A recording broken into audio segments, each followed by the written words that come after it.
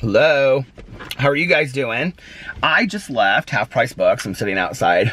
You can see look at the weather. It is raining. There it is, Half Price Books. One of my favorite stores in the whole world. I just went in there, and I went in there to get two things, actually. I put my receipt in my wallet because I save all my receipts. But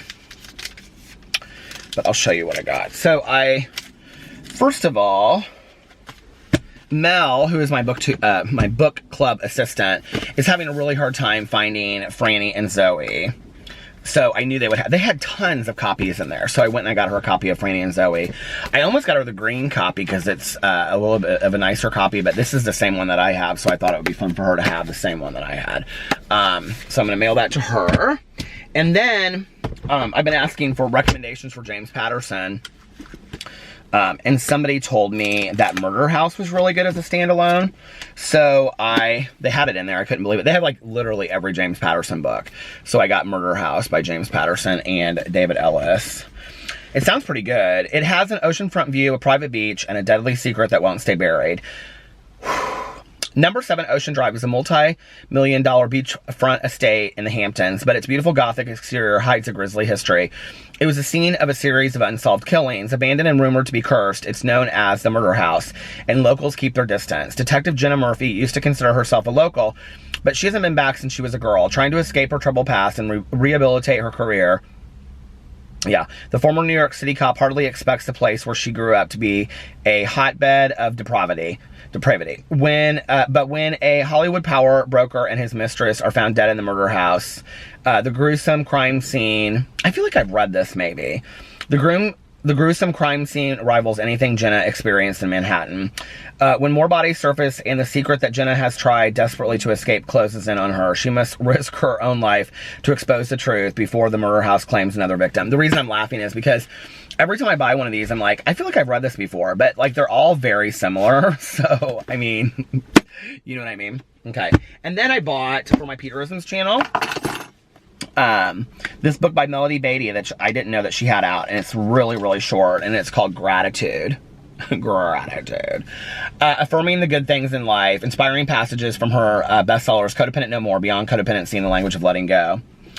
From the good things in life with these inspiring passages, gratitude unlocks the fullness of life, makes things right, turns what we have into enough and more. Gratitude turns denial into acceptance, chaos into order, confusion into clarity. It can turn a meal into a feast, a house into a home, or a stranger into a friend. Gratitude makes sense of our past, brings peace for today, and creates a vision for tomorrow. And then she says, there is no situation or circumstance so small or large that it is not susceptible to gratitude's power. This is a book to remind you of that power, Melody Beatty.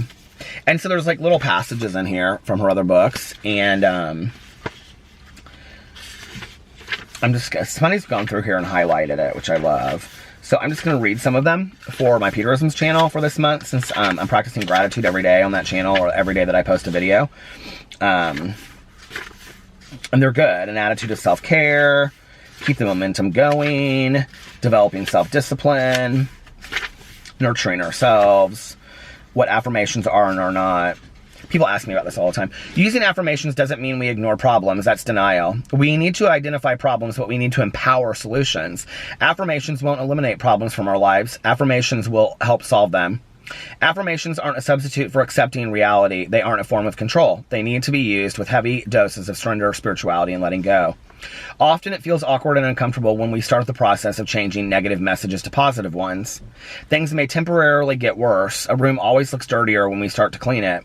We pull the unwanted items and trash out of the nooks and crannies. Cleaning intensifies the disorder until a new order can be created. It's normal to resist affirmations and positive thoughts. If you've been feeding yourself negative ideas for 10, 20, or 30 years, of course the positive will feel strange for a while. Give yourself 5 or 10 years of diligently and assertively affirming the good. It won't take that long to manifest itself in your life, but give it time anyway. Be patient. Don't give up. Don't let whatever problems or issues that arise reinforce your old negative thought patterns. You'll probably be tested when you turn negative beliefs into positive ones. Often when I change a belief, a big tidal wave sweeps into my life to try to wash away my new belief. That's interesting. It's as if life is saying, there, now what do you really believe? Let the storm soar, or let the storm roar.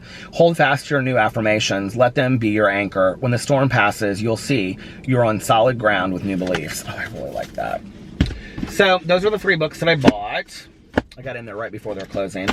And now I am going to listen to a little bit of Harry Potter and the Goblet of Fire, because I'm trying to get that done so that I can start the next Harry Potter book, which I think I already have downloaded on Audible. Let me pull it up really quick.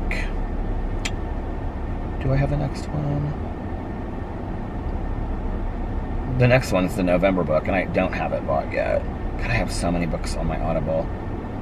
Where the Crawdads Sing, The Lady's Guide to Petticoats and Pirates.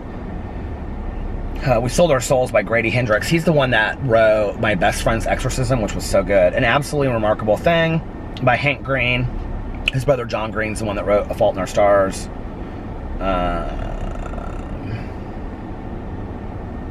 The House of Impossible Beauties, Girls' Night Out, Trail of Lightning. Before the Fall, I have that book. The Last Time I Lied by Riley Sager, because I read... what was that book called? Final Girls, and I really liked it.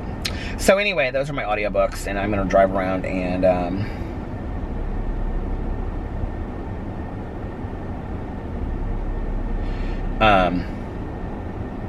Mel texted me.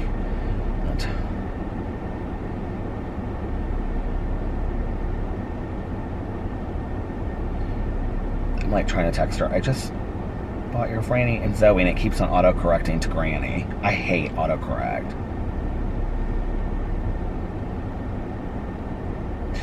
Anyway, okay, well, I'm going to get off here and listen to my audiobook for a little while. Alex is finishing The Haunting of Hill House, and he's very focused on it. I thought he had finished it already, because I was asking him questions before I did my review, and he was talking like he had already finished it, but I guess he hadn't finished it yet. So he's watching the last 2 episodes, and just hanging out with the dogs.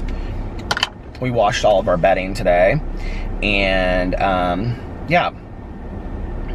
So now I'm gonna listen to the audiobook for a little bit and go home and relax. I'm probably gonna vlog earlier tonight, so I can enjoy the later part of my night, maybe watch a movie with my husband or something like that. So I'm gonna listen to my audiobook for a little bit, and then I may come back and vlog a little bit more. We'll just have to see.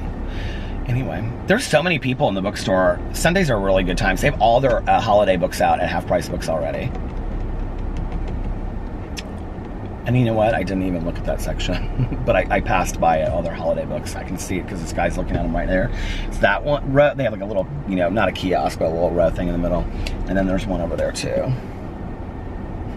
She texted me back. She's like, I'm watching Glory Days, which is the documentary about Michael Alig. I talked about it on my live stream today. So anyway, okay, I'm going to get off here, and I will be back just a little bit later. Bye. Okay, I am back.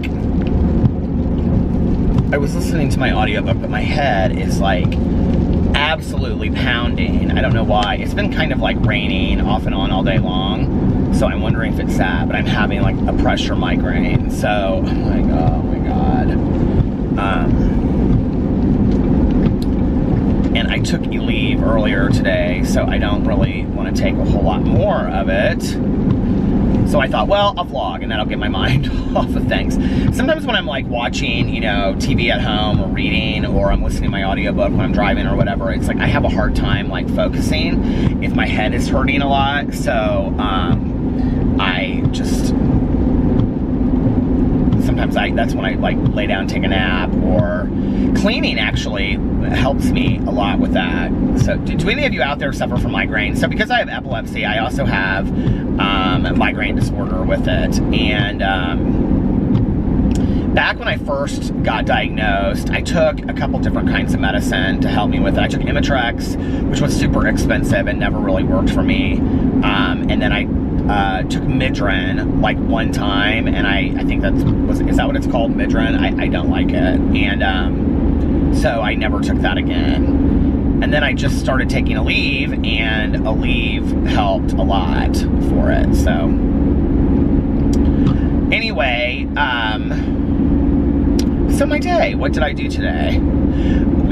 I slept in today because I stayed up super late last night, listening to the audiobook of You by Carolyn Kepnes, because I wanted to finish it, well, obviously, because I had the live stream today for the book club. So I listened to like all of it last night, except for I had like a half an hour I had to listen to today. And so I slept in this morning, and then I got up and we went to brunch to our favorite place, Cafe Patachou, and we had the same thing that we always have every week, and it was good. I ate my omelet and then only half my bagel, and not even really that many of my potatoes. My coffee was so good. It's like, I don't know why, but like lately, because I get iced coffee so much, I've been really craving hot coffee. So I always get a cup of it to take home with me as well. So but I just got their store. It's called Patachou Blend, is what it's called today. Oh no, like that. The first time I went up there, I got Frangelica or something, but it didn't. It was very sweet tasting, and I don't like super sweet coffee. I used to take my coffee black, but now I'd say for like the last 5 or 6 years, I take 2 equal or 2 sugar in it, or 2 any. I'll take, you know, sweet and low, whatever. I know those things are not super healthy. Yeah, and then after that, I took Alex home and dropped him off, and he fed the dogs, and then I listened to the last half an hour of my audiobook. And then I came back. How do you get out of this? I turned in here to turn around, and I have no idea how to get out of here. Super China buffet. Oh my God. I haven't been to a Chinese buffet. I don't think I've been to a Chinese buffet since I became a vegetarian, honestly. And then I finished that, and then I came home, and it was like, I had like 10 minutes until my live stream. So I cleaned up the kitchen for a couple minutes, and then I did my live stream for my audiobook, and then I got off my live stream, and Alex was still watching the show. So I went to the bookstore, and then I vlogged for 2 seconds after the bookstore, and now here I am. It's such an exciting Sunday. This is why I love Sundays, because they're just like so low-key, and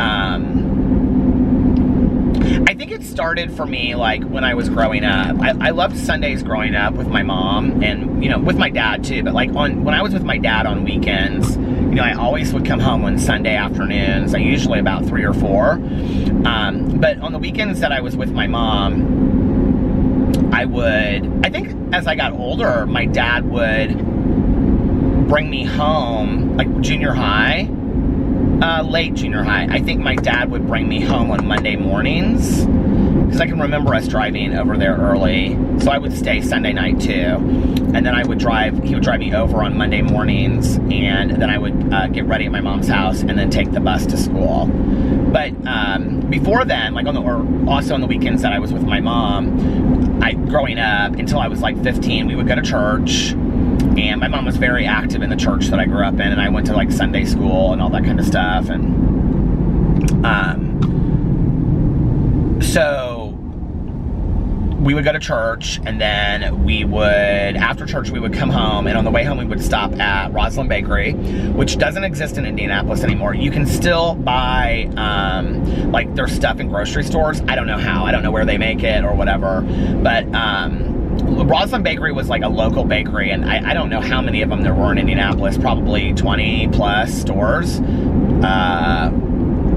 I know there was one where I grew up, there was one in Broad Ripple, there was one since maybe 10 to 20 stores, somewhere in there, I don't know.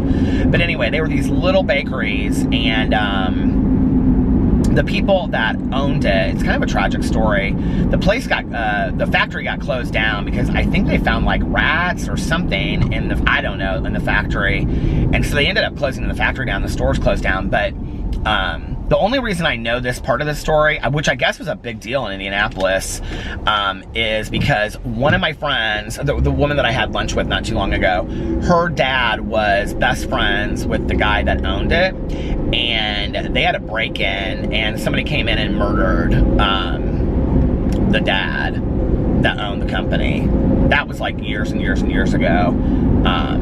But her dad used to tell me that story and how devastated he was when he found out. And he would say when they were like younger, when they were like in their 30s, and they would go out to like bars on weekends, that like afterwards on the way home, they would like go to the factory and they would like all like eat donuts and drink milk late at night and stuff like that. I always thought that was kind of a fun story. But anyway, so we would go there. My mom would let me pick out a couple donuts and a cookie. They had the most, well, first of all, they had the best donuts in the entire world, but they had the most like incredible cookies. And for like Halloween, they would have like, well, they would have these pumpkin sugar cookies and stuff like that, but then they would also have these like glazed iced cookies that were the most incredible things. And for Christmas, we used to always get a sweetheart roll that was in the shape of a heart, and you can still get those at the grocery store.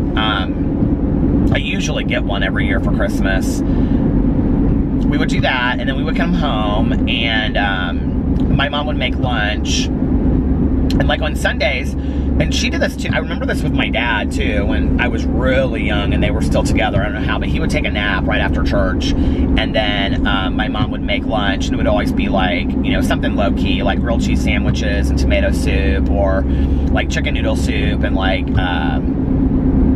what do you call it, chicken noodle soup and like tuna fish salad sandwiches. And my mom would get this kind of chicken noodle soup. It came in a box, and it was called Mrs. Knorr's chicken noodle soup. It was like a blue box. I don't know if anybody remembers it. I don't even know if they still make it. They might. But I used to call it Mrs. Knorr's, and my dad would like make fun of me when he wouldn't make fun of me. He'd tease me when I was a little bit. A little kid, he'd be like, "Are we gonna have Mrs. Knorr's chicken noodle soup?" And so like that was something that he did at his house too. And I think that like my parents tried to carry a lot of that stuff back and forth to kind of, I know it sounds crazy, it's just chicken noodle soup, but it kind of gave me normality. And one of the things was that this soup had this golden egg in it, right? And the golden egg had all the seasoning in it. And so I always wanted to be the one that like when the water was boiling, and you put these little noodles in there that were like that big, I wanted to be the one that got to drop the egg into the boiling water. So I always got to do that, which was real fun. And I don't know how I remember all this kind of stuff. But then with my mom and I, like, she would always have me do homework. Typically, if I had homework on Saturday afternoons, I will tell you in high school, I don't ever remember doing any homework ever, not once. Like I don't, maybe writing a paper or something, but I really don't remember bringing books home or doing homework. And I don't remember my parents ever asking me if I had homework either, you know? It's funny coming from two parents that were so academically focused that like grades and stuff were never a huge, like I remember like having to get a tutor for math, but that was because like the guidance counselor suggested it. Other than that, like I don't remember my parents ever being concerned about grades or asking or anything. And I got horrible grades, like horrible grades. I was never grounded for grades that I remember. I mean, I just don't, you know? They always say more will be revealed. Maybe I'll remember something down the road, but I just don't, you know, like not in high school. I don't remember it in high school. But like I always loved to read. And so like people would always assume I was smart. And they would always say I was an underachiever and things like that. But I just, and I really think honestly, in retrospect, it's like, I think, like I'm not huge on kids being all amped up on, you know, drugs for ADD and ADHD, but I do think that I was so off the charts that I just literally couldn't focus in class. I just could not. And I was always like daydreaming out a window or tapping on my desk. And I think, you know, like, I think that had I been diagnosed earlier, I kind of, like, I asked my dad this. I was like, first of all, I just want to say that every time that I film this, I've got to clean my windows in this car because now this huge streak over here, I notice like every day when I'm like putting up my video. But I asked my dad this a couple years ago if I had ever been medicated when I was younger, and he was like, I don't think so. I don't remember that. But I do remember going down, there was like this other girl, and she and I would go down to like this room, and I know I went to the same room for speech therapy because I couldn't say my S's and my T's correctly, and I slurred a lot, like with my S's, and or not, what's that called? I lisped. I had a really bad lisp, of course, which made it 10 times worse for me, right? So anyway, my S's and my T's, I lisped, and So I had to go down there for speech therapy. Now, I don't remember if I just went there for speech therapy, but I also remember this girl being at the window, and she was getting like, I think she got like medication from a nurse or something. So I was thinking about that, and I was like, I wonder if I got medication too, but I don't remember. My mom never said anything to me about it if I was, and my dad said he didn't remember me ever being. So, and there was never like any kind of discussion later in life about me being diagnosed and all this kind of stuff. So I don't know. And I went to counselors growing up as a kid, but typically always for like divorce stuff. But anyway, then on Sunday afternoons, because my mom would have me, like, if I had stuff to do when I was younger for school, like a project or whatever, she'd always have me do it on Saturdays. And she said Sundays were for relaxing, which I think is why my mind is still kind of like that today, that, you know, Sundays are for relaxing. And so we would always take a nap on Sunday afternoons, or we would read or something. And then Sunday evenings, my mom would make a big dinner. Even though it was just the two of us, we would always have like a big family dinner. And, you know, we would watch Little House on the Prairie and then hang out, watch a movie or something, and then go to bed early. I loved Sundays growing up as a kid.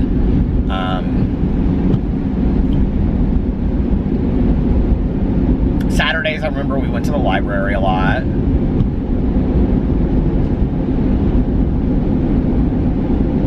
I think that's why, you know, like for me today, it's like Sundays, I don't know. And then, you know, when I worked in a treatment program, my schedule was always Tuesday through Saturday, and my ex was a hairstylist, so when I was with him during those years that I worked, he worked Tuesday through Saturday. So Sundays were still like weekends for us because we didn't have to get up on Mondays and do anything, you know. So it was like, I loved Sundays as well. And I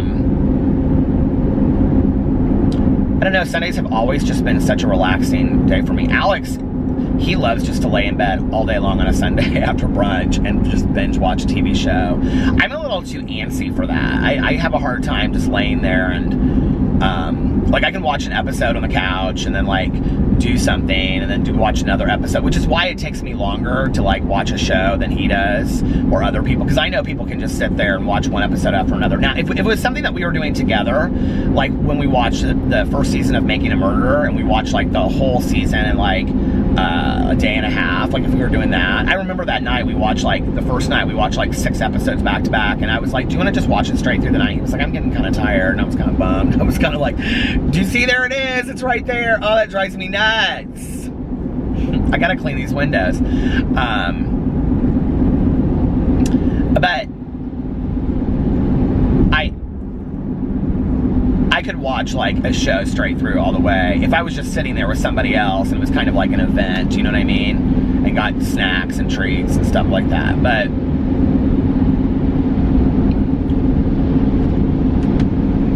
I'm trying to figure out what show I want to watch next on Netflix. I'm thinking about watching that Sabrina, the witch show. I've heard good things about it. But after watching The Haunting of Hill House and Making a Murderer, I feel like to go to, it looks very, I started watching, like, the trailer of it, and I was like, this very much looks like a CW show to me. And I really have a hard time. I used to kind of like some of those shows, but I really have a hard time with that. Somebody on my review channel said they wanted me to watch the first episode of Pretty Little Liars and review it. And they were joking, kind of, but I watched the entire first season of that show, okay? I had such a hard time keeping up with that show. I just didn't understand it.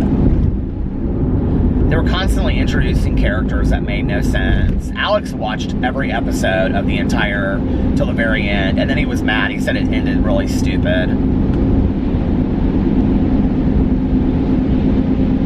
I have kind of a hard time when I watch stuff and it doesn't, like, really make any sense, you know?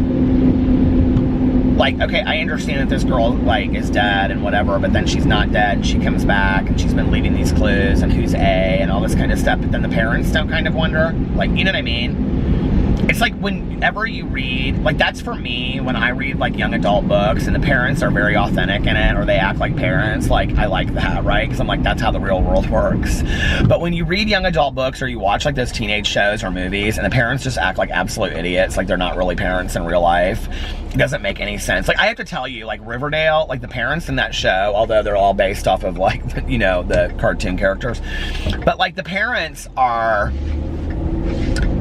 Like, I feel like they actually have concern, like parents really do, or most parents do, you know, in a town like that. Like, it seems to me like, and I feel like when Jughead's dad goes to jail or has a drinking problem, you know, it's like the other parents know and they're concerned about that, you know, and some parents don't get along with other parents. And I just feel like a lot of it, even though it's kind of, I mean, in what town, like, has anybody thought about, if you watch Riverdale, like, this is one of my things, right?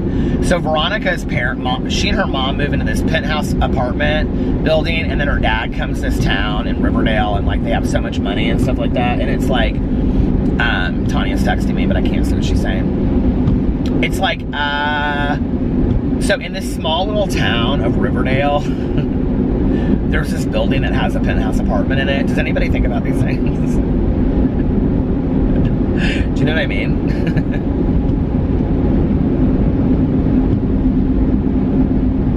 Like, the north side of Indianapolis is pretty big, but I can't tell you of how many apartment buildings I know that have these extravagant penthouse apartments, and I'm like, just, you know what I mean? And then it's like she's been gone for, you know, 20 years, 25 years or whatever, but she has all these connections with the Southside Serpents still. I'm like, I don't know. Some of it just, and then I get like upset because I feel like I'm being too critical of a show that's just really not that deep. And then I get pissed at myself, right? I'm like, why am I getting so like upset with myself? This is stupid. Like, you should just be able to enjoy it. And then I don't, and then I'm pissed. And then I just want to be told, like, Alex loved Gossip Girl when we first met, and so I tried so hard to watch that show with him. I thought it was so stupid. He loved that show so much, and I remember I was like, because we watched Revenge too. I always start these shows and then I never finish them. I get like 3 or 4 seasons in and then I never finish them. And it's not just shows like that. Like, I did it also with, what's the show where they, Breaking Bad, where the meth guys. I got to like the 3rd season and I just couldn't do it anymore. I just was like, okay, the whole season is all of this stuff and then there's a cliffhanger at the end, so that you have to go to the 4th season. That's what basically this whole show is.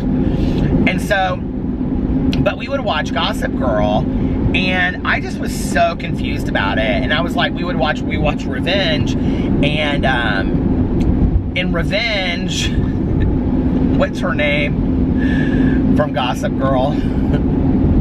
Vanderwoosen, something like that. What's her, Serena Vanderwoosen? Anyway, her gay brother ends up being in Revenge, or was he gay in Revenge and he wasn't? And I don't know, but he basically looked exactly the same, and the shows were on like a season apart, and I'm like, how are they going to bring this kid over into this show that's on the same channel, and we're just not supposed to even question? He hasn't even had a hair change or anything, and then all of a sudden they colored his hairdo, and he had been in a psych hospital. It just, none of it makes any sense to me, and Alex loved that stuff so much. And then I finally, when it was all over and said done, I said, well, who's Gossip Girl? And he goes, Dan Humphries. And so if you haven't watched it, I'm sorry to ruin it for you, but it's Dan Humphries. And I heard Dan Humphries all that time was Gossip Girl. And he goes, well, there's a lot more to it than that.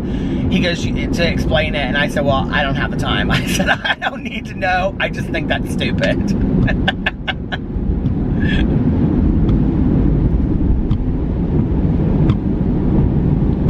I always think those shows that are for the CW or whatever, but then they got these kids that are 16, but they're living lives like they're 35. Like, that always kills me, right? So if that's what Sabrina's all about, just tell me, because I won't even start it then, because I don't have the time for that. I just don't have the time for it, you know?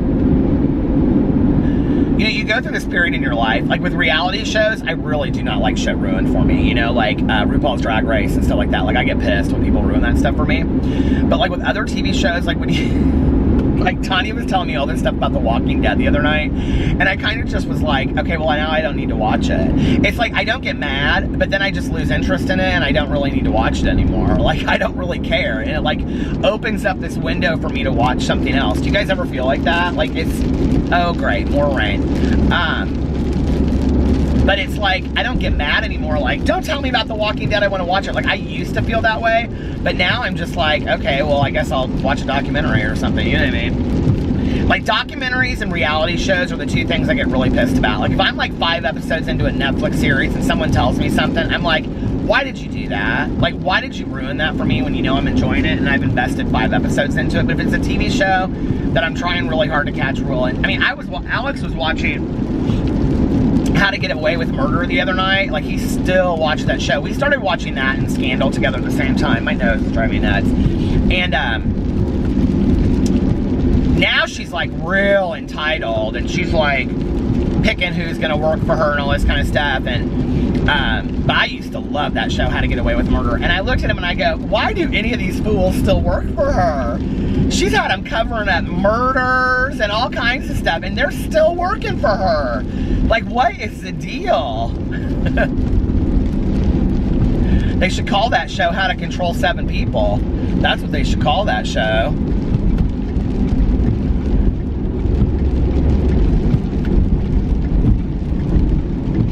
I gotta pull in here to see what Tanya Jean wants. It's either gonna say, what you doing, or fountain. Tanya's not like one of those people that like texts like a paragraph or like questions. She texts like, what you doing, fountain, question mark, Meyer, question mark, Walmart, question mark. And then I'll say, sure, like I'm on my way. And she'll say, K. And then I'll say L, and then she'll say M. We had some friends that lived in an apartment down here and they were really nice. Okay. Let me pull right here in front of the Lifetime Fitness. Are there people in, oh, there's people in there swimming laps and everything. Okay. What are you doing? I'm gonna say, vlogging. What are you doing? She's so funny. Oh, it's gonna stop. I didn't realize I was at the end of the show here, so to speak. Is it gonna end? I'm gonna see exactly. Okay. I hope she texts me back before I get out of this parking lot. Well, I guess I could just stay here for a second. Did this grocery store close down? Oh my God. I used to go to this grocery store all the time. It was like a, what was it? Oh, it did! I can't believe it. It wasn't a Fresh Time. It wasn't a Whole Foods. What was it? It was, oh, I can't remember what it was called. I can't believe it closed down. Somebody has told me, like every time I see them, I'm always thinking about like getting like sushi, and they're like, oh my God, you have to go to this bento cafe. And there's a sushi place over there too, and I went there like twice because every time I see this person, they're always like, oh my God, bento cafe, and they always tell me right where it's at. And so I go over there because I never thought that it was over here for some reason. And both times I've gone there, I hated the sushi, and I thought, what are they talking about? Like, this sushi is crap, right? And here I am looking at it, it says bento cafe, and I've never seen it here before. Asian bistro and sushi. Come on, Tanya, text me back.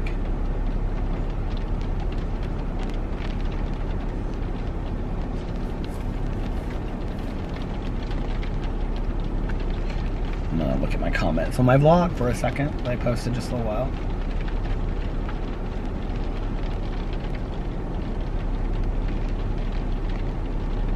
Oh, Nikki left me such a nice comment. Infinite Midnight said, I'm not so loving this time change today. I need more daylight, right? Girl King Beauty said, you should watch The Chilling Adventures of Sabrina. Tanya's trying to find somebody to have dinner with. I clicked so fast my phone almost exploded. Kelly, that was so sweet.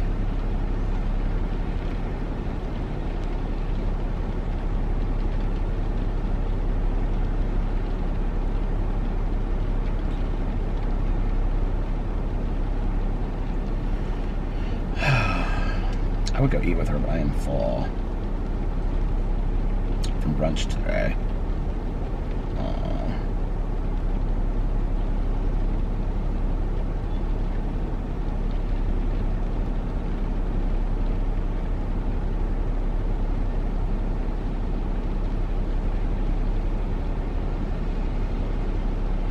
I would, but I'm full from brunch.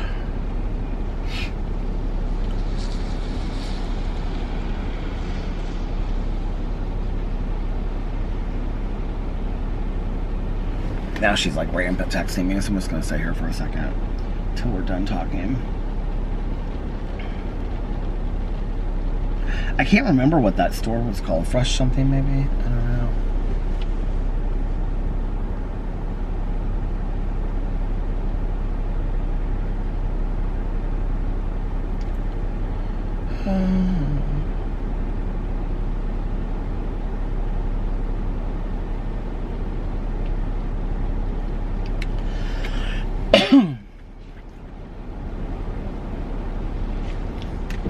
When the rain is kind of soft like this, I think it's so nice. I mean, it's not like pouring down rain. I like it, you know, even though it hurts my head. In the spring, I like to like open the windows when it's raining and just lay in the bed and just like listen to it. I think it's so nice. I love thunderstorms too, but I don't like, I like them if I'm like going to bed at night. I don't like them when it's, like when I have to drive in them or during the day and I'm going somewhere or whatever. I don't love that.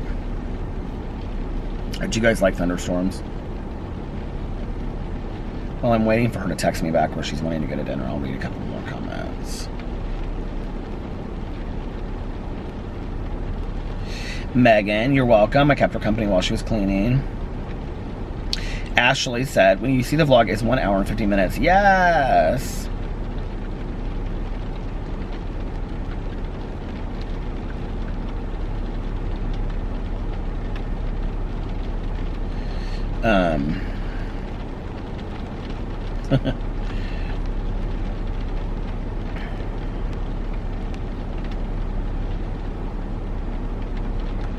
Oh, that was sweet. Watch Chilling Adventures of Sabrina, another one. Oh, Lisha, your comment was so sweet to me. What did this person say? Oh, Samantha said she is going to read, or she recommended You to me. A lot of people recommended that You by Carolyn Kepnes to me. So thank you. I'm glad I read it. It was a good book.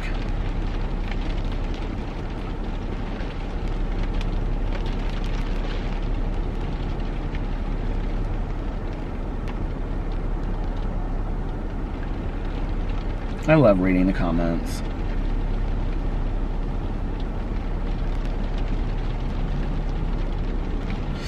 Anyway, okay, she's not texting me back. I don't know why. I said, where are you wanting to go eat? And she didn't text me back. So, no, that's not her texting me back.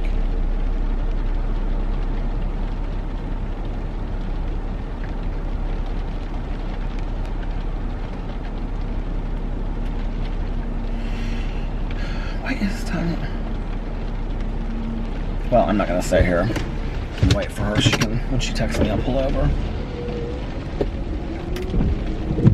The only thing about rain in Indiana in the wintertime is that it very quickly turns to ice and sleet. And if you're from the Midwest or I mean anywhere actually, you know, New York or the East Coast, anywhere where like you get ice and sleet, you know that she's texting me. You know that like snow is bad, but like snow can be pretty easy to drive in. Like snow and or ice and so does, oh, that's my friend. It's not talking. Ice and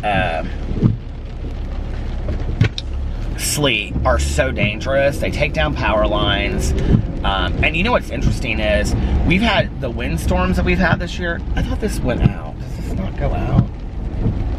The windstorms that we've had in the last couple weeks have knocked people's, how do you get out of here? Oh my God, I almost just drove off into the field over there. The windstorms that we've had recently have knocked people's power lines down and taken their power out and stuff like that. It happened to my friend Valerie, I think. I think it was from the wind that day because the wind was so strong. And So it's going to be interesting to see this winter. Like if we, it seems to me like you would think that they would have a little bit more control over that kind of stuff, you know, but apparently not. And so if the wind has been taking power out, it's going to be interesting if we have a bad winter with like ice and storms and wind and stuff like that, because it has been really windy this year. If like power is going to go out a lot. Power out is fun for like an hour at, let's say, 6 to 7. But power out for an entire night is not so much fun. And I have to sleep with a fan, and one of the things I can't stand is when the electricity goes off and I'm going to sleep, and I have to go to sleep in total silence. When we went to, a couple years ago, it was before I started my vlog channel, so it was the Thanksgiving before that. It was my aunt and uncle's 50th anniversary, and they took Alex and I, my cousin Caroline, and her husband and son, and then his, Caroline's husband's 2 previous children, and their wife and girlfriend.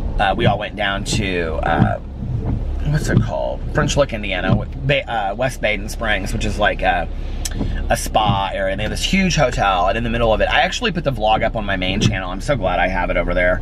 And in the middle of this hotel is gorgeous. And this is supposedly where like mobsters in the 40s and stuff used to go. And they have this huge Christmas tree in the middle of this hotel. I mean, it was absolutely beautiful out there. They have this train they take kids on, and they do like the Polar Express for the, like, on the grounds and stuff like that, and the kids dress in pajamas. So you see all these kids like running around in pajamas, and then it's right next to a casino, so you can go to the casino and stuff. It was such a great weekend. And that night that we got there, oh my God, the hotel rooms were beautiful. If you live in the Midwest or you live in Indiana and you want to get away for a weekend, go to French Lick, Indiana, and stay at the West Baden Springs Hotel. It's fantastic. It's the one that, when you look at the pictures, it's round, and especially at Christmas time, everything is decorated for Christmas. And the other thing that's really nice is that they have like 5-star restaurants. We went to the steakhouse. I mean, the restaurants in this place are unbelievable. But they have these like shuttles that run back and forth from because there's like 2 hotels. There's like the Casino Hotel, and then there's West Baden Springs Hotel. And they have shuttles that run back and forth. So like if you're drinking, which I'm not, but it was nice to not have to drive, because you just park your car for the weekend and then you're in, right? They have shuttles that run back and forth between the hotel and the casino, and it's really fun. So it just was such a great weekend. But the first night that we got there, I realized I always pack a fan, and I had forgotten my fan. And I was like, oh my God, I'm not gonna be able to sleep without a fan. Like, I mean, I'm not gonna be able to sleep without a fan. And Alex was like, go down to the concierge. I think I've told this on here before. He was like, just go down to the concierge. I'm sure they have a fan. Well, every time I forget a fan at a hotel, no matter where we go, it's typically warm places too, like Florida or Mexico or whatever. They never have a fan. And it's always like baffling to me that, especially in really warm places like that they wouldn't have at least one fan in the hotel.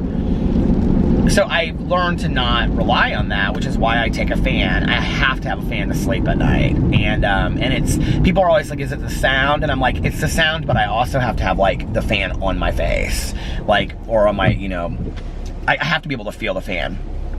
So, and one of those fans like this big will not cut it. It has to be at least this big.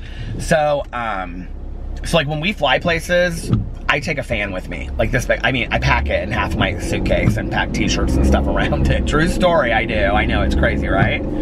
But if you're gonna go on vacation, you might as well enjoy it. It's how I feel, and so I take a fan. But anyway, I had forgotten my fan, and I was like, first thing tomorrow I'm going to Walmart in town, and I'm gonna buy a fan. And Alex was like, just go down to concierge, I'm sure they have a fan.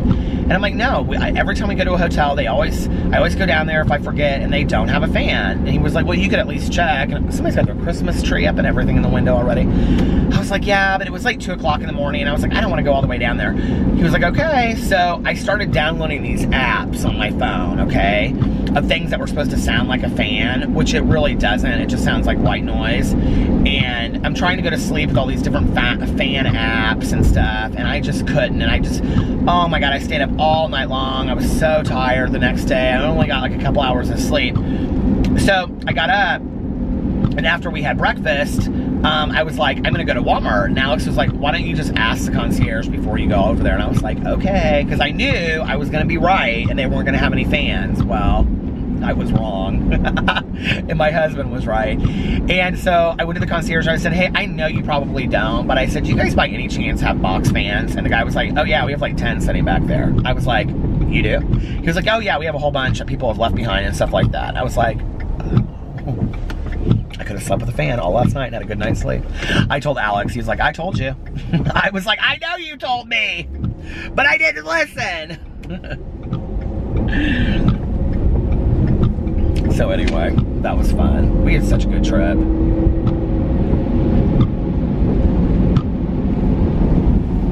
I missed my aunt and uncle. My aunt made everything so pretty. Holidays and dinners and everything were always just so magical, you know? Tanya. People keep on texting me. Now Tanya's texting me.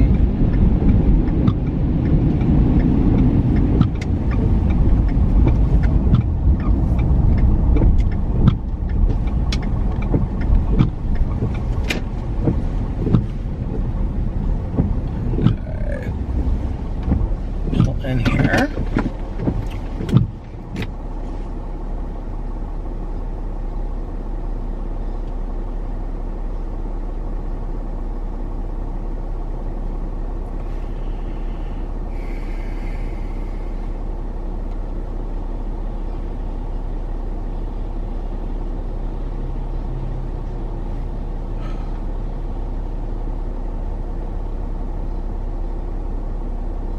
She's like, do you want to come over later and watch a movie? I'm going to ask Alex what he's doing.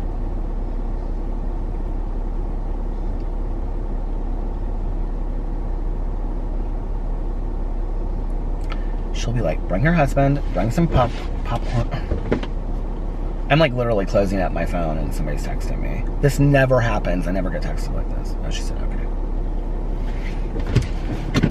She is going to go out to dinner with one of the girls that she works with.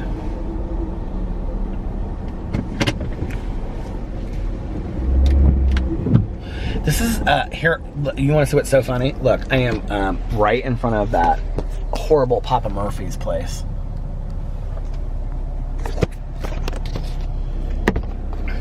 My pumpkin harvest thing that I bought last night is already lower than it was last night when I bought it. I'm like, what is the deal?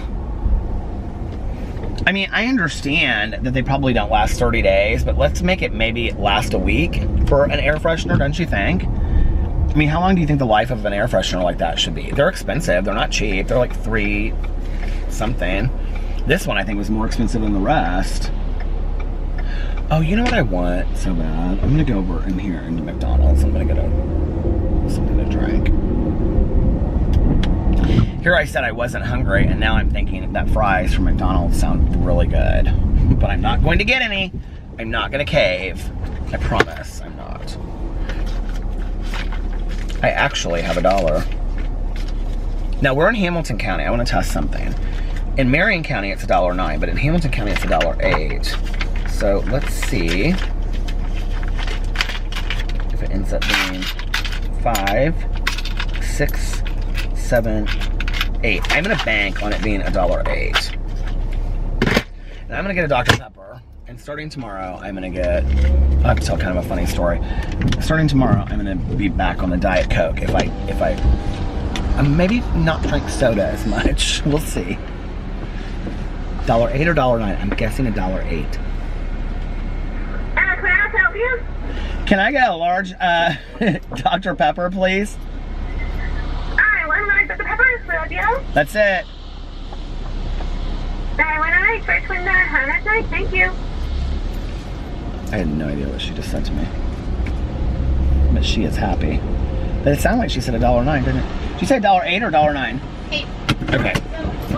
Yeah, we're not expensive like the Hamilton Town Center. I was just wondering if it was Hamilton County or Marion County, because like one of them is like $0.01 more. How much is Hamilton Town Center? 9. I used to work there. Oh. I think that's the maximum. Yeah? Yeah. Okay, thank you. She was sweet.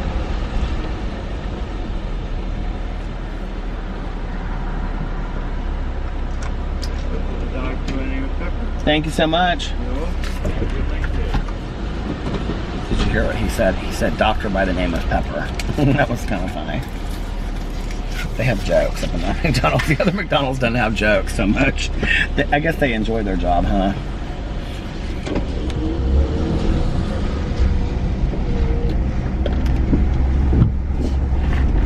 Cheers. Okay, so I bought, okay, now y'all know I said on here, this is probably not gonna happen, so but I'm just gonna put it out there in the universe, that I was gonna get this new gym membership and I was gonna start eating healthier and stuff, right? Well, of course I'm always, you know, planning how I'm gonna do it. So I was like, well, I'll enjoy through the weekend, and then we have 4 weeks left in November. And then the only day that I'll allow myself to cheat after that is Thanksgiving. Okay, but here's the thing. On my review channel, I do a lot of food reviews, right? And I actually bought to do a review for tomorrow, because we've been going to movies on Sunday nights, but I just don't think we're gonna go to one tonight, because Alex just, you know, we were talking earlier, and I want to see Bohemian Rhapsody. He doesn't really want to see Bohemian Rhapsody, so we're like not agreeing on what movie we're going to go see tonight. So anyway, he was like, well, do you really want to go tonight? And I was like, well, I want to go to a movie some night this week because I got to do it for Movie Mondays, which is now going to be like Movie Thursdays. He's like, okay, well, let's figure out a movie that we can both go to and enjoy. I said, okay. But I think he's kind of just like wanting to low-key it at home tonight and not do a whole lot. So anyway, but I did tell him, I said, we can start reviewing, this has nothing to do with this, but I said we can start reviewing movies, what do you call it, on like DVD or, you know, from the Redbox and things like that that are out, because then people, you know, you could do reviews of anything. I noticed this Chris Stuckman guy that I watch, he just reviewed 3 days ago, Halloween 3, so, which came out forever ago. And Cherie, thank you so much. She sent me an AMC movie pass to go to see Bohemian Rhapsody. So if Alex doesn't want to go, I know Tanya would die to go because she really wants to see that movie. So maybe Tanya and I will go see it, and then maybe she and I will do the review together. I don't know. We'll see. Anyway, but what was I going to say? Sheree really wanted me to go to the premiere, but that didn't happen this weekend, so we didn't go to one of the first nights. I didn't realize that the guy that plays Freddie Mercury in it is the guy from iRobot, and I used to watch that show. Anyway,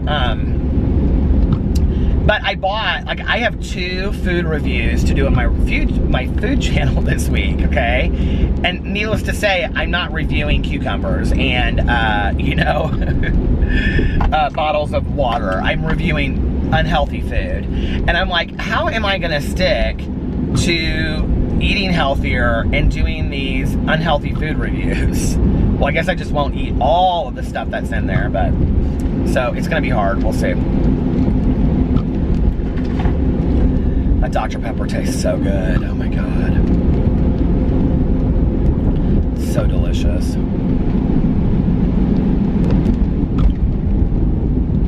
We haven't gone to a movie now though for 2 weeks. So we need to be going to a movie. This person, what are they doing here in front of me? They're like stopping literally in the middle of the road.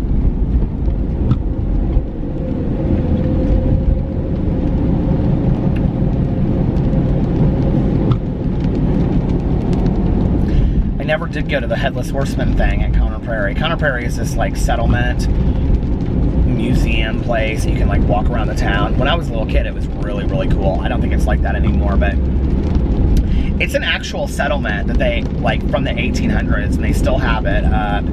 And so it's Conner Prairie, what do they call it here? Settlements, is what it's called. I'll tell you, I'm passing the sign. Interactive History Park is what they call it now. But back in the day, that's not what they called it. Anyway, they have like the Conner House, and then they have all these smaller houses in this town. It's very much like, kind of feels like Little House on the Prairie a little bit. That's why I loved it when I was a kid. And, but back in the day, they would have like, you know, this, you go to the guy that like was making like the horseshoes, and then he would tell like a story, and then somebody would be making butter and churning butter, and they would have these huge fires, and you'd sit around these fires and tell stories. We used to go on field trips when I was a kid, but I used to love it too. My cousin's son, David, when he was younger, he loved it so much, and he and my Uncle Dave, who we called his Poppy, they would go there, and he wanted him to work. He so bad wanted him to work there so that he could like stay there overnight and stuff. Okay, well, this is really cute. So when Alex and his mom and brothers moved to Indianapolis from Venezuela, Alex was 12 and Carlos was 11 and Fufu was like 4. And so his mom would take them to all of these things in Indianapolis that were like, you know, museums, like the Children's Museum, like the Conner Prairie, like the Indiana State Museum. She'd take them to all these festivals and things like that. Anything, you know, to like entertain the kids. So she took them to Conner Prairie, and they like, you walk around and like it's like a tour, and they have like horses walking down the street. Just imagine a Little House on the Prairie and walking through that town. That's what it felt like, right? And so this guy that was like telling them a story about how they could live there and they could make their own food and they could make their own butter, and then they could go to the Conner house for dinner if they were invited and all this kind of stuff. And the guy said to Alex, he goes, "It's gonna stop, so I'm just gonna stop. I'll be right back." So the guy says to Alex, he said, he was like, "Yes, and you, young man, if you lived here, you know, these are things that you could do too. You could, you know, make your own butter and whatever." And Alex, this is such a cute story. I always ask Alex to tell it and he gets so embarrassed. And Alex turned to his mom and he's like, "Can we please move here, Mom? Mom, can we please move here?" Because he didn't understand that it wasn't like a real thing, you know, at 12. He's like, "Mom, can we please move here? Mom, can we?" And she's like, "This isn't like a place that we would really live. You know, it's like a museum place." And he was like, "Oh." And that's so sweet.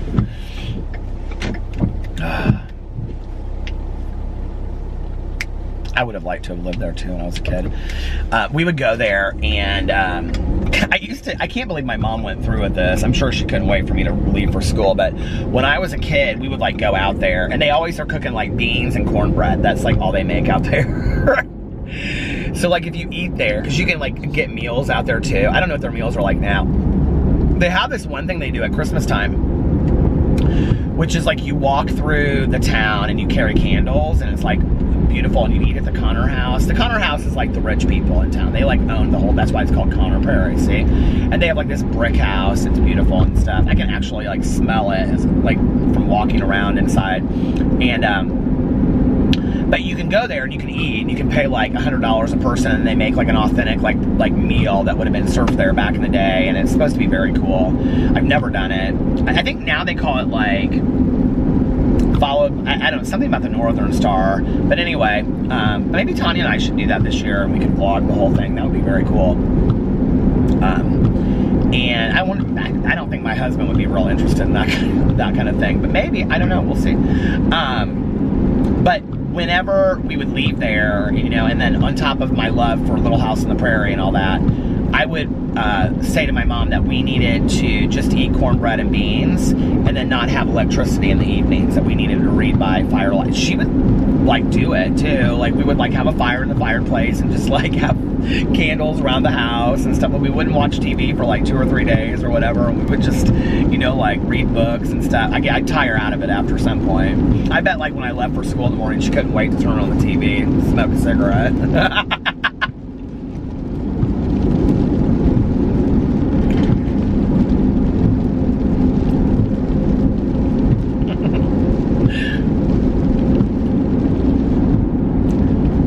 I loved all those prairie books and stuff like that back in the day. It's funny because Alex turned on Logo TV today, which is, you know, like the gay, is it like the gay station? It used to be, I don't know if it still is, but, or if it's more mainstream now. But Laverne and Shirley was on, and I was like, oh my God, this was one of my mom and I shows when I was a little kid. And he was like, what is this show? I was like, you don't know what Laverne, and this is like when people are always like, you know, there's the difference in age and whatever. It was interesting because I was like going to do a magazine video the other day, and I started filming it, and I got 3 minutes in and my battery died. Ugh, I was messing with the camera. Anyway,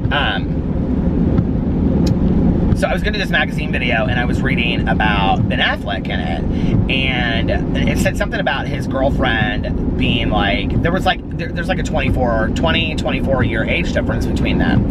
And it's interesting because with, you know, like Alex and I, people will, like, I get comments or, you know, questions about our age difference, and like, does it like affect like pop culture things, and do we understand and whatever. And it's interesting because I mean, Alex and I are only 12 years difference, and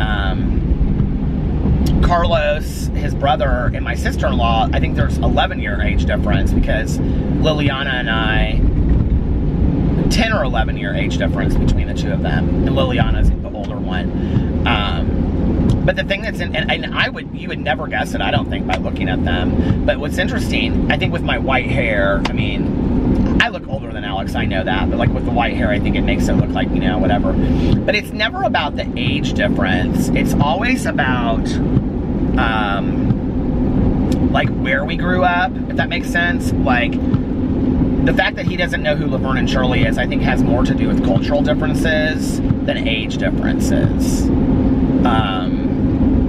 And I notice that a lot, like when we're having discussions about things, or, you know, and it's usually always pop cultural stuff that he won't know, because there's a lot of pop culture stuff that he does know. And I think it just has to do with like his exposure to those things and whatever, but it's rarely ever about age, like any kind of age difference, you know? I was thinking the other day that, because he's 34 now, and I was like, you know, my mom was, he's almost the age I was when my mom passed away. And it's weird to me, you know, because that was the year that I got together with Alex.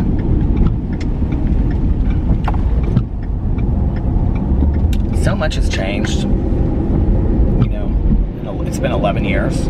So much has changed in 11 years. Well, it's been 10 years since we've been together, but this upcoming year is the 11th year, so my mom's been gone for 10 years and six months.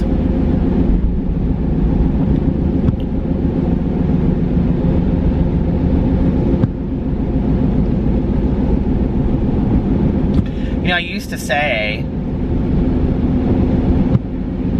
that some days it feels like it was just yesterday, and some days it feels like it was, you know, forever ago. I would say most days, almost all days, it feels like it was forever ago.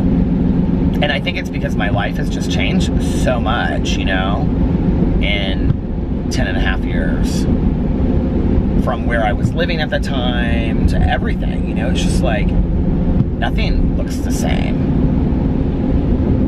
I think it's hard when, you know, people are like, I mean, just think about this, just to put it in perspective. My mom has been gone for 10 and a half years, right? And there are things that seem like it was just yesterday. I mean, most of the time it seems like it was a long time ago, but my life, you know, that house is like so tall. It's like 5 stories tall. It's like this, I don't know what kind of, it's weird. They're building it, and I was looking at the top window because it was on. It looked like somebody was in there. Very spooky. But you know, it's interesting to think like, okay, where will I be 5 or 10 years from now? Because I had no idea where I would have been 5 or 10 years ago. You know what I mean? And I've only been on YouTube. Like every channel, okay, I keep on shutting it off because it keeps on sliding back and I'm trying to move it. And my camera just completely shut off anyway.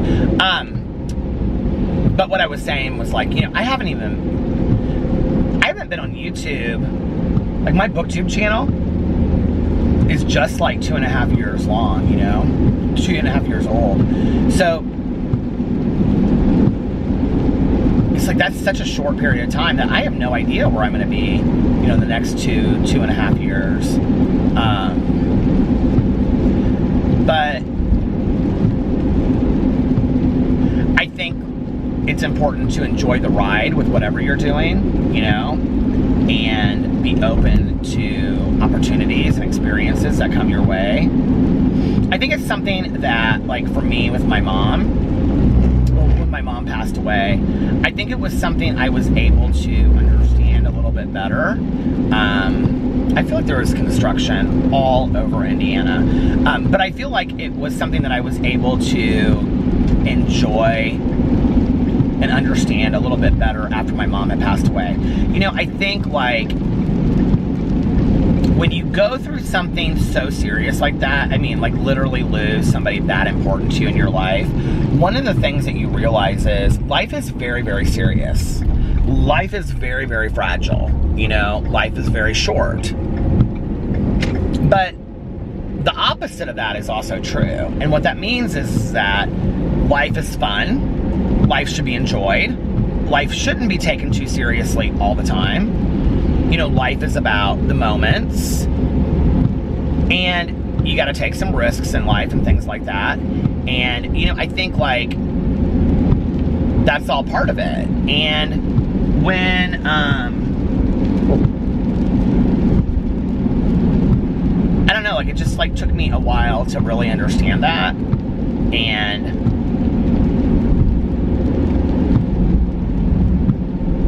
I think it took me going through something very serious to get that. Like, I think it took me going through my mom's passing.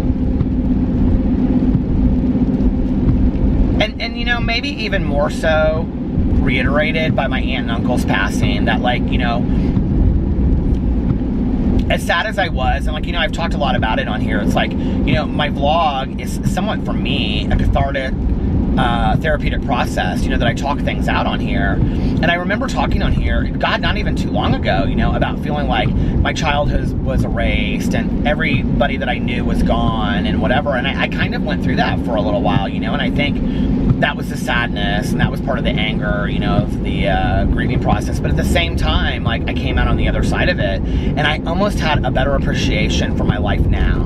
And I was like, okay, but look at your life now. And you have people in your life that, you know, you're rebuilding a family, and, you know, you're close with Alex's family, and you're close with your dad and your stepmom, and you have lots of great friends in here. So it made me appreciate also the people that I do have in my life today, and I think that's important, you know. And I think sometimes that's where gratitude comes from, is in truly looking at, through loss, I think, not staying stuck in the loss, not staying stuck in the sadness, but saying, okay, now what have I learned as a result of this? You know, where am I at now with this?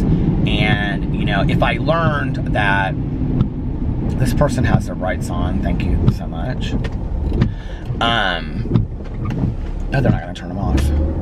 That if, you know, if life is really precious, and life is really fragile, and life is really short, then you have to also think to yourself, well, if life is really precious, then you have to, that doesn't mean necessarily that you,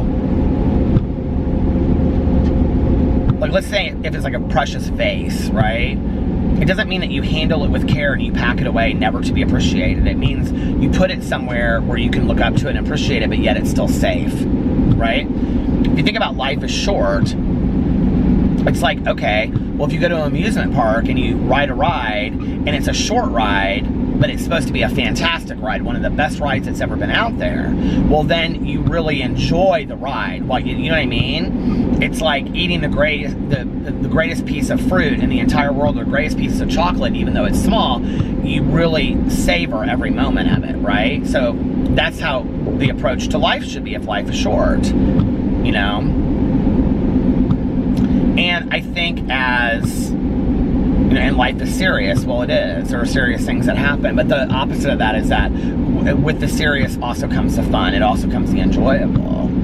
Because if we wouldn't appreciate, there wouldn't be those serious moments in our lives if we hadn't built these fantastic relationships with people that then pass away, or, you know, have these experiences that when they're gone we're sad, right? So it's the positive experiences, it's the yin and the yang. It's like the positive experiences make us sad when they're gone, yes, but we had to have these wonderful experiences to really appreciate. So it's about looking at life overall, right? The good and the bad and all of it. And I don't know, and like for me, maybe like my mom had to pass away for me to, I mean, I would have loved for her to have lived another 20 or 30 years, but I think in her passing away, I learned, you know, that, and maybe I wouldn't have, that, like, you need to settle down, stop taking yourself so damn seriously, and have some fun. And then I meet my husband, who is really about enjoying life to the most. I mean, he really, really is, right? And so then through that, I think I started to have a better appreciation for what life should be like and how to really enjoy life. And, you know,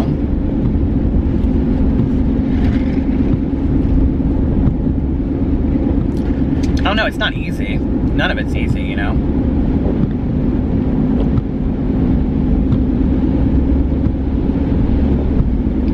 But like, I know people that are always serious about everything. And I sometimes am just like, God, like, isn't life so sad though for you? Like, you never seem to be enjoying anything. You know, and then I meet people who, like, they don't take anything seriously. Like, life just seems like this big joke to them, right? And I'm like,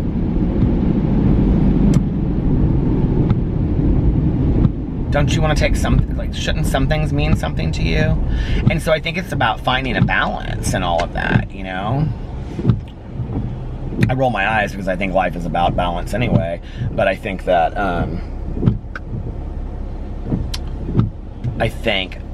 it's hard to find balance in our lives. I remember my second sponsor that I got, he was actually married to a friend of mine that was sober and that I knew. And the reason I got him, because I was in a meeting and we were talking about balance, and it came to me and I was like, I think I do a pretty good job balancing my life, and you know, between my family and sobriety, and it came to him and he was like, I know absolutely nothing about balance in my life. He was like, I really try hard. He was like, but I feel like I'm constantly falling short. He was like, it feels like the more I try to balance my life and give this thing over here, you know, some attention, then this falls short. And I just remember hearing his share and I thought, oh my God, he's so honest, you know, like, and it wasn't that I wanted balance in my life. It was that I wanted that ability to tell exactly where I'm at, which in return, because he taught me that, you know, at a year sober, he taught me that ability to tell him myself and tell where I'm at and tell what's going on with me, you know, and it's like, it saved my ass.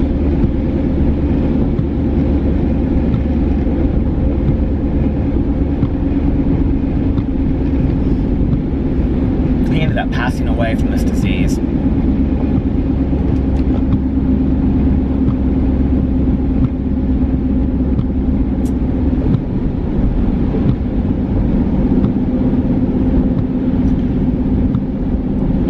But it wasn't in vain because he saved my life. He was a really good guy. Just really struggled, you know.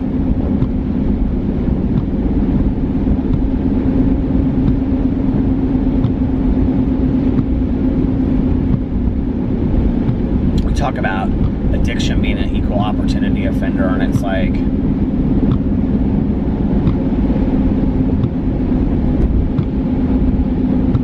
I feel like I'm hearing, I've just like skipped from one thing to the next, but you know, in my first 10 years sober, I would hear people that passed away from addiction, but it would be like people that had been drinking for 40 years, you know, or a random overdose here and there. I mean, you just didn't hear a lot about overdoses, you know? And then in the last 10 years, I would say closer to 10 years ago, started seeing a lot of opioid overdoses, you know, but it would also be people that I knew, like from meetings, that had gone in and out, in and out, in and out, and had really struggled in trying to stay sober, you know. And now I feel like I'll hear about somebody through somebody that isn't even sober, and they'll be like, did you hear about so-and-so? And I'll be like, no, what happened? They'll be like, oh, they died of a heroin overdose. And I'm like, I don't even remember them being a drinker, you know? And they're like, yeah, they just started like 6 months ago and they're dead. And I feel like I hear that so often anymore, you know, that somebody uses, you know, oxys or something recreationally, and then like, boom, like 6 months to a year later, they're dead from a heroin overdose. And I'm like, but for the grace of God, you know?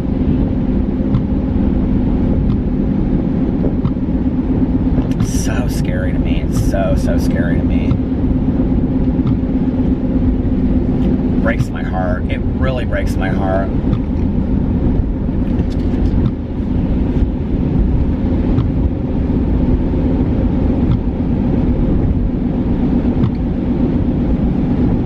I don't feel like we talk enough about, you know, heroin in our country right now. It's like everybody's afraid to talk about it, and yet it's everywhere.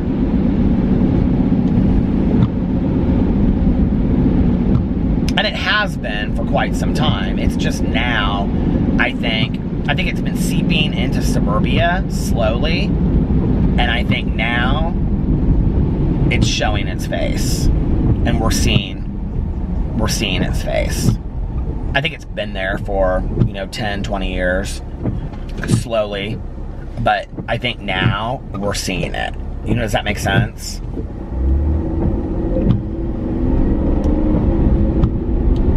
So sad. I gotta pull in here. Somebody texting me. I'm kind of surprised that Alex hasn't texted me yet because I've been vlogging for. When did I leave the house? I bet it probably is Alex. I don't know. It's Valerie, my friend Valerie. Well, that ended kind of sad, didn't it? I think that the goal is to treat people the way that you want to be treated. Live the best life that you possibly can. Put out the best energy that you possibly can. Try to right your wrongs.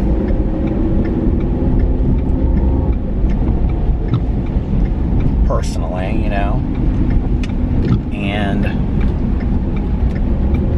have goals, spend time with family and friends. The last couple months have been so good for me because I've really been focused on like spending a lot of time with my friends and my family, and I've been picking up my meetings and going to more meetings, and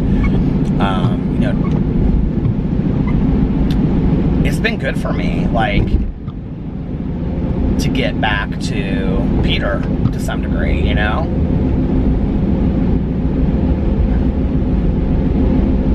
I also think the whole idea of starting off my days with, the prayers, meditations, a positive outlook on my life has just really, really helped so much too.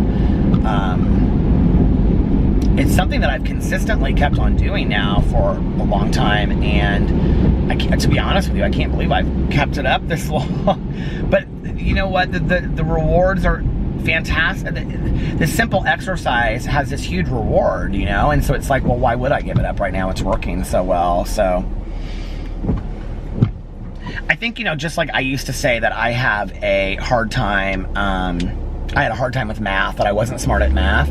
I think I have this belief system in my head that I'm not consistent with things, right?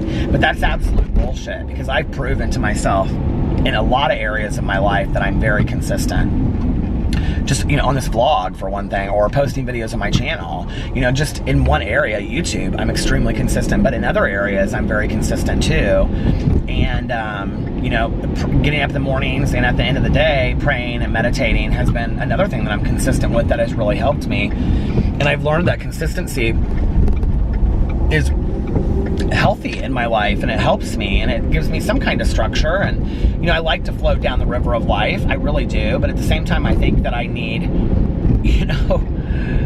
I need some guardrails on that river, so to speak. I need a little bit of structure, and the two, the willingness to float and the safety of the guardrails, I think helps me live this life that to me seems pretty enjoyable.